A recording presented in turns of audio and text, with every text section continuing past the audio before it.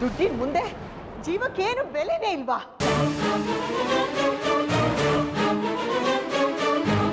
ಅಷ್ಟು ದುರಾಸೆನೆ ನಿನ್ಗೆ?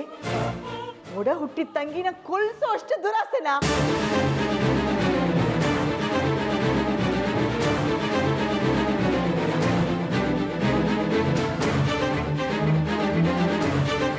ಏನ್ ಹೇಳ್ತಿದ್ದೀರಾ? ನೀನೇ ಹೇಳಿ ಮಾಡ್ಸಿದ್ದು ಅಂತ ಸಾಕ್ಷಿ ಹೇಳೋದಕ್ಕೆ ನಿನ್ ಮುಂದೆನೆ ನಿಂತಿದ್ದಾಳೆ ನೋಡು.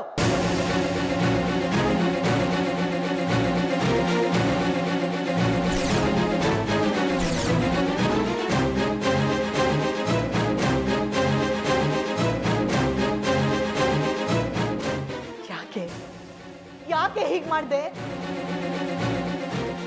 ಯಾಕೆ ಹೀಗ್ ಮಾಡಿದ್ಲು ಅಂತ ನನಗ್ ಚೆನ್ನಾಗಿ ಗೊತ್ತು.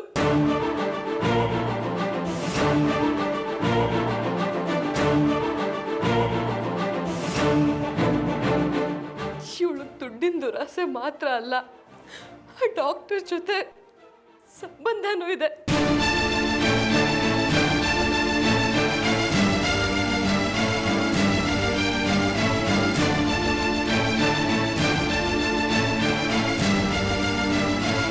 ಈ ವಿಷಯ ನನಗೆ ಗೊತ್ತಾಯ್ತು.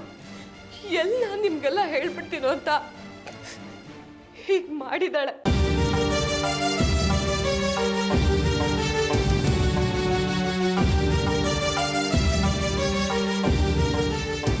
ಓ, ನಮ್ಮ ಅಣ್ಣನ್ಗೆ ಮಂಕ್ ಬುದ್ಧಿ ಎರ್ಚಿದ್ದಾಯ್ತು.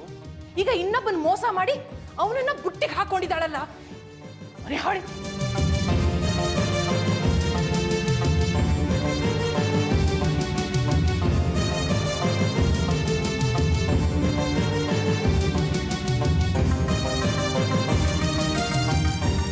ಅತ್ತೆ ಇವಳ ಕೊಚ್ಚಿ ಕೊಲೆ ಮಾಡಿದ್ರು, ಆ ರಕ್ತ ನೆಲಕ್ಕೆ ಬಿದ್ರು ಪಾಪನೇ. ನೀನ್ ಉಸಿರು ತಗಲಿದ್ರೆ ಸಾಕು, ಎಷ್ಟು ಮನೆಗಳು ಹಾಳಾಗೋಗುತ್ತೆ. ಇನ್ನು ಏನ್ ಮಾಡ್ಬೇಕು ಅನ್ಕೊಂಡಿದ್ಯಾ ಚಂಡಾಲಿ? ಎಷ್ಟು ಮನೆ ಹಾಳು ಮಾಡ್ಬೇಕು ಅಂತಿದ್ಯಾ? ಥೂ ನಿನ್ ಜನ್ಮಕ್ಕೆ. ಅಜ್ಜಿ, ಏನ್ ಮಾತಾಡ್ತಾ ಇದ್ದೀರಾ? ಏನ್ ನಡೀತಾ ಇದೆ ಇಲ್ಲಿ? ಸಂತು ಸಂತು ಬಂದ್ಯಪ್ಪ, ಬಂದೇನೋ. ನಾವು ಬರೋ ಸ್ವಲ್ಪ ತಡ ಹಾಕಿದ್ರು ನಿನ್ನ ಹೆಂಡತಿ ಹೆಣವಾಗಿ ಬೀಳ್ತಾ ಇದ್ಲು ಕಣೋ. ಅವಳನ್ನೇ ಸಾಯ್ಸಕ್ ಹೊಟ್ಟಿದ್ಲು ಕಣ ಯಮ್ಮ ಘಾತಕಿ. ನಿನಗೆ ಗೊತ್ತಾದ್ರೆ ಅವಳನ್ನ ಅಡ್ಡ ಸಿಗದ್ ಹಾಕ್ಬಿಡ್ತೀಯ ನೀನು. ಇವಳು ನನ್ನನ್ನ ರಾಜಿ ಮೂಲಕ ಕೊಲ್ಸೋದಕ್ಕೆ ಪ್ರಯತ್ನ ಪಟ್ಲು.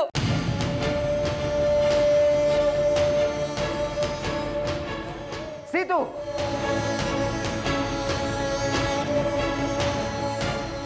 ಅವಳು ಹೇಳ್ತಾ ಇರೋದು ನಿಜ ಕಣೋ. 10 ಲಕ್ಷ ಕೊಡ್ತೀನಿ, ಯಾರಿಗೂ ಅನುಮಾನ ಬಾರ್ದಾಗೆ ಇವಳನ್ನ ಮುಗಿಸು ಅಂತ ಹೇಳಿದ್ಲಂತೆ ಮಾರಿ, ಈ ಅನಿಷ್ಟದವಳಿಗೆ.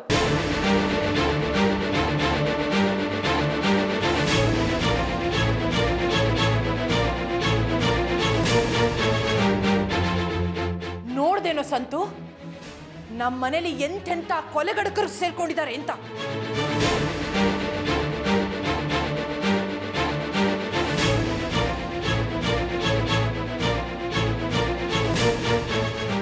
ಅಷ್ಟೇ ಅಲ್ಲ ರೀ, ಇವಳು ಆ ಡಾಕ್ಟರ್ ಜೊತೆ ಸಂಬಂಧ ಇಟ್ಕೊಂಡಿದ್ದಾಳೆ.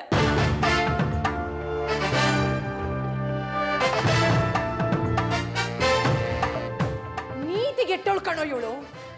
ಒಳ್ಳೆ ಹಸುಗೂಸಿನ ತರ ಇರೋ ನಮ್ಮ ಅಣ್ಣನಿಗೆ ಮೋಸ ಮಾಡ್ದವಳು ಇವಳು. ಸಾಕು, ಎಲ್ಲರೂ ಬಾಯಿ ಮುಚ್ತೀರಾ? ಯಾರ ಬಗ್ಗೆ ಮಾತಾಡ್ತಿದ್ದೀರೋ ಅನ್ನೋ ಪ್ರಜ್ಞೆ ಇದೆಯಾ ನಿಮ್ಗೆ? ಅವ್ರ ಪಾದ ಪೂಜೆ ಮಾಡಿ ಆ ನೀರು ಕುಡಿದ್ರು ನೀವು ಮಾಡಿರೋ ಪಾಪ ಸವಿಯಲ್ಲ.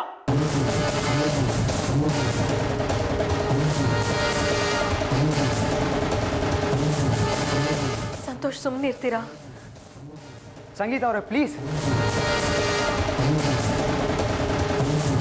ದಯವಿಟ್ಟು ನೀವು ಸುಮ್ಮನೆ ಇದ್ಬಿಡಿ. ಎಲ್ಲದಕ್ಕೂ ಒಂದು ಲಿಮಿಟ್ ಅಂತ ಇರುತ್ತೆ.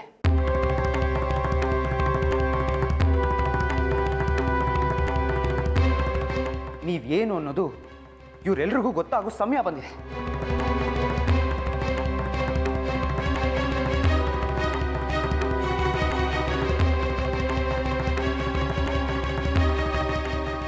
ಈಗಲೂ ನಾನು ಸತ್ಯ ಹೇಳ್ದೆ ಇದ್ರೆ ಇವ್ರುಗಳು ಮಾಡಿರೋ ಪಾಪದ ಸಂಖ್ಯೆ ಹೆಚ್ಚಾಗಿ ಕೊನೆಗೆ ಇವ್ರಿಗೆ ನರಕದಲ್ಲೂ ಜಾಗ ಸಿಗೋದಿಲ್ಲ.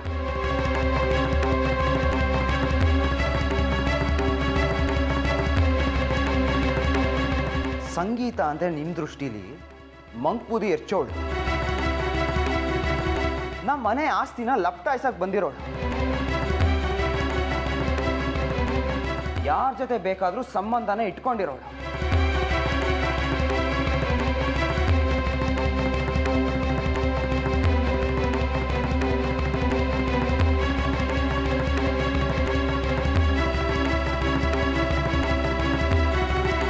ನೀಚ, ನಿಕೃಷ್ಟ, ಅನೀತಿ, ಅನ್ಯಾಯದ ಗುಣಗಳನ್ನ ಮೈಗೂಡಿಸ್ಕೊಂಡಿರೋಳು ಅಲ್ವಾ?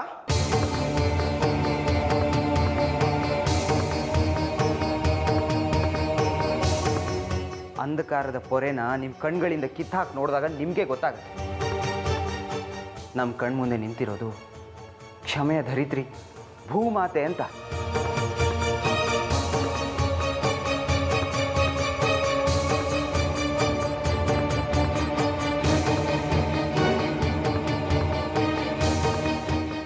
ಸಂಗೀತ ಬರೀ ಮನುಷ್ಯಳಲ್ಲ, ನಮ್ಮ ಮನೆ ಉಳಿಸಿರೋ ದೇವತೆ.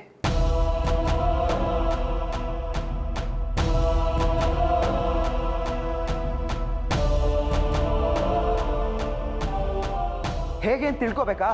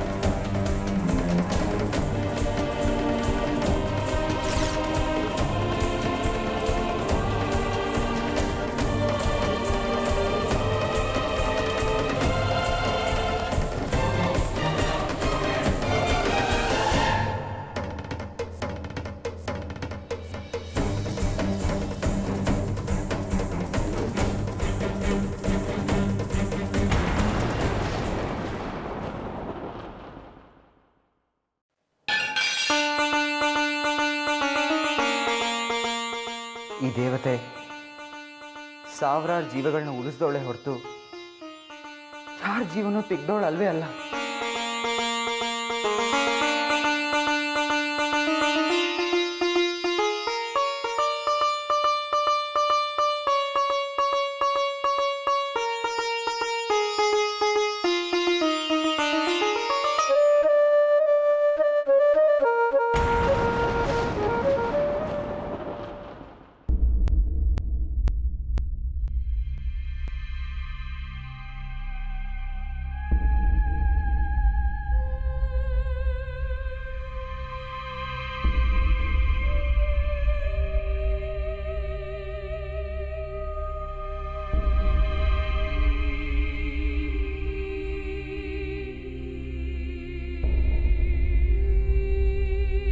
ಸಿತಾರನ ಕೊಲ್ಲೋದಿಕ್ಕೆ ಸಂಗೀತ ಅವ್ರು ಹೇಳಿದ್ರಾ? ಸತ್ಯ ಏನು ಅಂತ ಹೇಳಲಿಲ್ಲ ಅಂದ್ರೆ ನಾನು ಜೈಲ್ಗೆ ಹೋದ್ರೂ ಪರವಾಗಿಲ್ಲ.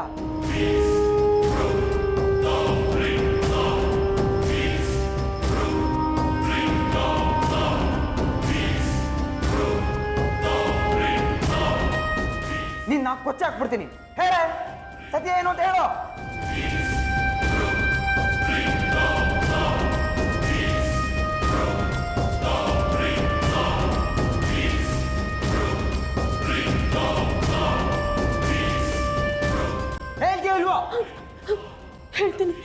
ಹೇಳ್ತೀನಿ. ನನ್ನನ್ನು ಈ ಮನೆಗೆ ಕಳಿಸಿದ್ದು, ಈ ಮನೆಯಲ್ಲಿ ಒಡಕ್ಕೆ ಬರೋ ಥರ ಮಾಡು ಅಂತ ಹೇಳಿದ್ದು, ಕೊನೆಗೆ ಸಿತಾರಮ್ಮವ್ರನ್ನ ಕೊಂದುಬಿಡು ಅಂತ ಹೇಳಿದ್ದು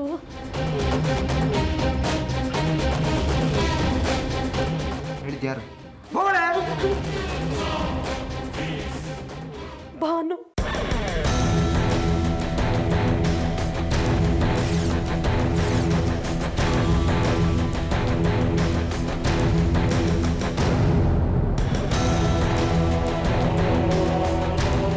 ಏಯ್ ಏನ್ ಹೇಳ್ತಾ ಇದ್ದೆ ನೀನು? ಅವಳು ಸತ್ಯನೇ ಹೇಳ್ತಿದ್ದಾಳೆ.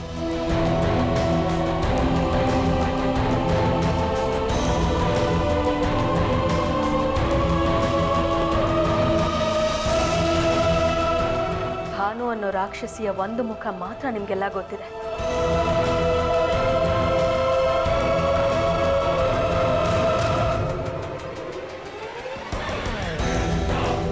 ಅವಳ ಹಿಂದಿನ ಚರಿತ್ರೆನ ನಾನು ನಿಮಗೆ ಹೇಳ್ತೀನಿ.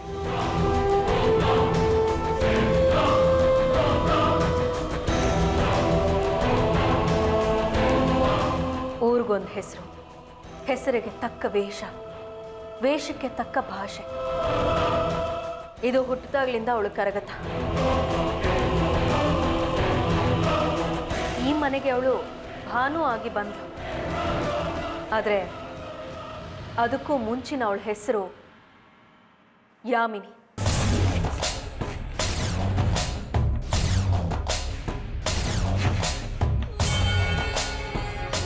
ನಮ್ಮ ತಂದೆ ಮುಗ್ಧತೆನ ದುರುಪಯೋಗ ಪಡಿಸ್ಕೊಂಡು ತಂದೆಗೆ ಮೋಸ ಮಾಡಿ ಅವ್ರ ಸಾವಿಗೂ ಕಾರಣ ಆದ್ಲು.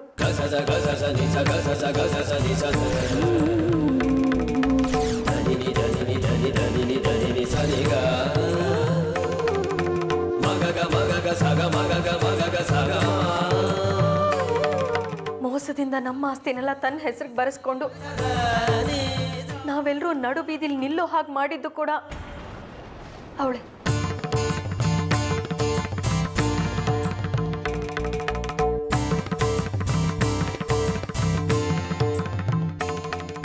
ಕೊನೆಗೂ ಅವಳು ಅನ್ಕೊಂಡಿದ್ದನ್ನೆಲ್ಲ ಸಾಧಿಸಿದ್ಲು. ಹಾಳಾಗೋಗ್ಲಿ ಅಂತ ನಾನು ಸುಮ್ಮನಿದ್ದೆ. ಆದರೆ ಯಾವಾಗ ಅವಳು ಭಾನು ಅನ್ನೋ ಹೆಸರಿನಲ್ಲಿ ಜೈರಾಮ್ ಅವರ ಬಿಸ್ನೆಸ್ ಪಾರ್ಟ್ನರ್ ಆಗಿ ಕಾಣಿಸ್ಕೊಂಡ್ಲು, ನನ್ನ ತಂಗಿ ಮನೆ ಹಾಳಾಗಿ ಹೋಗುತ್ತಲ್ಲ ಅಂತ ನನಗೂ ಭಯ ಶುರುವಾಯಿತು. ಮರ್ಯಾದೆಯಾಗಿ ಇಲ್ಲಿಂದ ಹೊರಟೋಗು ಅಂತ ನಾನು ಅವಳನ್ನ ವಾರ್ನ್ ಮಾಡಿದೆ. ಆದರೆ ಅವತ್ತು ಜೈರಾಮ್ ಅವರ ಬರ್ತ್ಡೇ ಪಾರ್ಟಿಲಿ ತಾನೇ ಪ್ಲಾನ್ ಮಾಡಿ ಗುಂಡೇಟು ಬೀಳಿಸ್ಕೊಂಡು ಜೈರಾಮ್ ಅವ್ರ ಪ್ರಾಣ ಉಳಿಸೋ ಥರ ನಾಟಕ ಆಡಿ ನಿಮ್ಮೆಲ್ಲರ ವಿಶ್ವಾಸನ ಗಳಿಸ್ಕೊಂಡು ಇದೇ ಮನೇಲೆ ಉಳಿದ್ಬಿಟ್ಲು.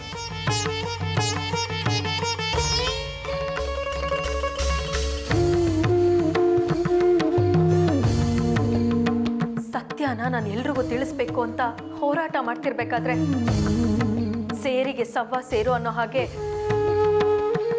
ಬೇರೆ ಬೇರೆ ನಾಟಕಗಳನ್ನ ಆಡ್ತಾ ನನ್ನನ್ನ ಕೆಟ್ಟವಳನ್ನಾಗಿ ಬಿಂಬಿಸ್ತಾ ನನ್ನ ಮೇಲೆ ಗೆಲ್ತಾ ಹೋದ್ಲು.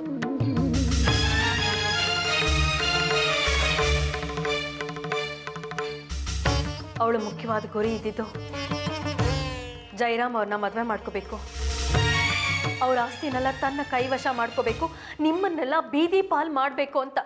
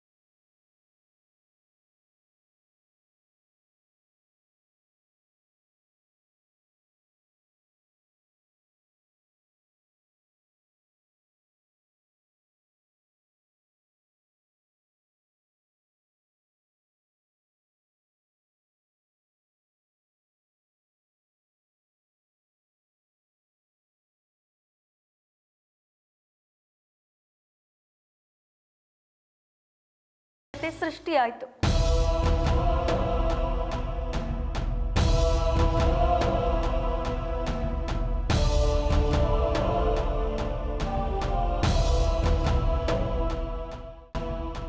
ನಾನು ಯಾಕೆ ಇಂಥ ನಿರ್ಧಾರ ತಗೊಂಡೆ ಅಂತ ಜೈರಾಮ್ ಅವ್ರಿಗೆ ಗೊತ್ತಿಲ್ಲ. ಆದರೆ ಎಲ್ಲರ ಹಿತದೃಷ್ಟಿಯಿಂದ ಅವರು ನನ್ನ ನಿರ್ಧಾರಕ್ಕೆ ಒಪ್ಕೊಂಡ್ರು. ಆಗಲೇ ನನಗೆ ಗೊತ್ತಿತ್ತು ಆ ಭಾನು ನನ್ನ ಮೇಲೆ ಸೇಟ್ ತೀರಿಸ್ಕೊಳ್ಳೋದಕ್ಕೋಸ್ಕರ ನನ್ನ ತಂಗಿ ಸಿತಾರನ್ನ ಟಾರ್ಗೆಟ್ ಮಾಡ್ತಾಳೆ ಅಂತ.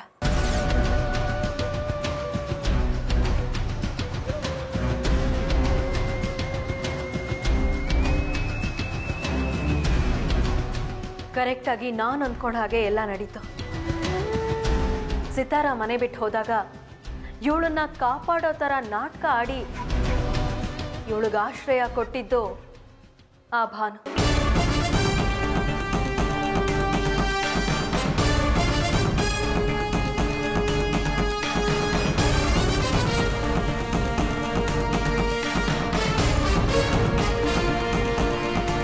ನಿಮ್ಗೆಲ್ರಿಗೂ ಗೊತ್ತಿಲ್ದಿರೋ ವಿಷಯ ಏನು ಅಂದರೆ, ಆ ಭಾನು ಸಿತಾರನ್ನ ಅವಳ ಮನೇಲೇ ಕೊಲ್ಲೋದಿಕ್ಕೆ ಸಾಕಷ್ಟು ಸಲ ಪ್ರಯತ್ನ ಪಟ್ಲು.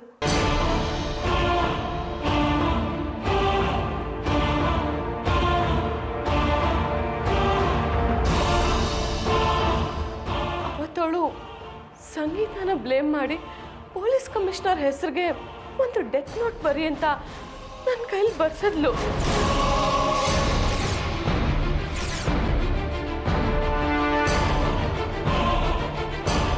ಆದ್ರೆ ಈಗ ಗೊತ್ತಾಗ್ತಿದೆ ಅದ್ರ ಹಿಂದೆ ಅವಳ ಉದ್ದೇಶ ಏನಿತ್ತು ಅಂತ.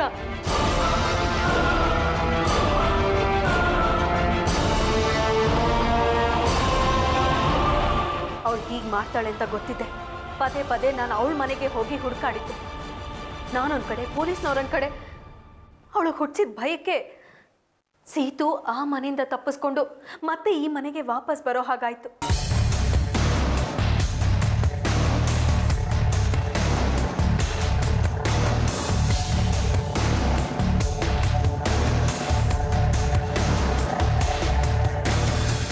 ಆದರೆ ಅಷ್ಟಕ್ಕೆ ಅವಳ ಆಟ ನಿಲ್ಲಿಲ್ಲ. ನಾವು ಸಿತಾರಿನ ಹೆಸರಲ್ಲಿ ಮಾಡಿಸೋದಕ್ಕೆ ಹೊರಟಿದ್ದ ಆಯುರ್ ಹೋಮನ ಹಾಳು ಮಾಡಿಸಿದ್ದು ಆ ಭಾನುನೇ.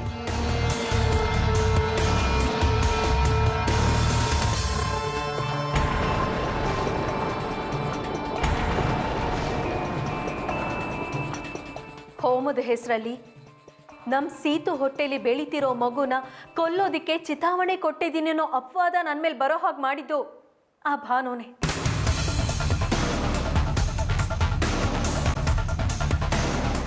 ಅವಳು ನನಗೆ ಕೊಟ್ಟಿರೋ ಹಿಂಸೆ ಒಂದೆರಡಲ್ಲ. ನಾನು ಆಫೀಸಿಗೆ ಹೋದರೆ ಸೀತುನೂ ಆಫೀಸಿಗೆ ಬರೋ ಹಾಗೆ ಮಾಡಿದ್ದು ಅವಳೇ. ಸೀತುನ ಬಳಸ್ಕೊಂಡು ನನ್ನನ್ನು ಏನಾದರೂ ಮಾಡಲೇಬೇಕು ಅಂತ ಪ್ರಯತ್ನ ಪಟ್ಲು. ಆದರೆ ಅದು ಆಗಲಿಲ್ಲ.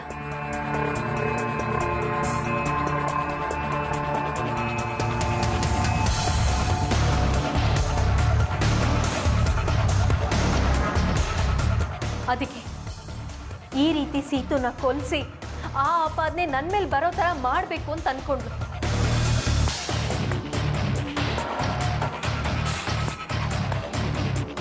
ನಾನು ಈ ಮನೆ ವಿಷಯದಲ್ಲಿ ಪ್ರತಿಯೊಂದಕ್ಕೂ ಅವಳಿಗೆ ಅಡ್ಡ ಬರ್ತಿದ್ನಲ್ಲ, ಅದಕ್ಕೆ ಕೊಲೆ ಆಪಾದನೆ ನನ್ನ ಮೇಲೆ ಬಂದು ನಾನೇನಾದರೂ ಜೈಲಿಗೆ ಸೇರಿಕೊಂಡ್ರೆ ಅವಳಿಗೆ ನಿಮ್ಮನ್ನೆಲ್ಲ ಮೋಸ ಮಾಡೋದು ಬರೀ 2 ನಿಮಿಷದ ಕೆಲಸ ಅಷ್ಟೇ.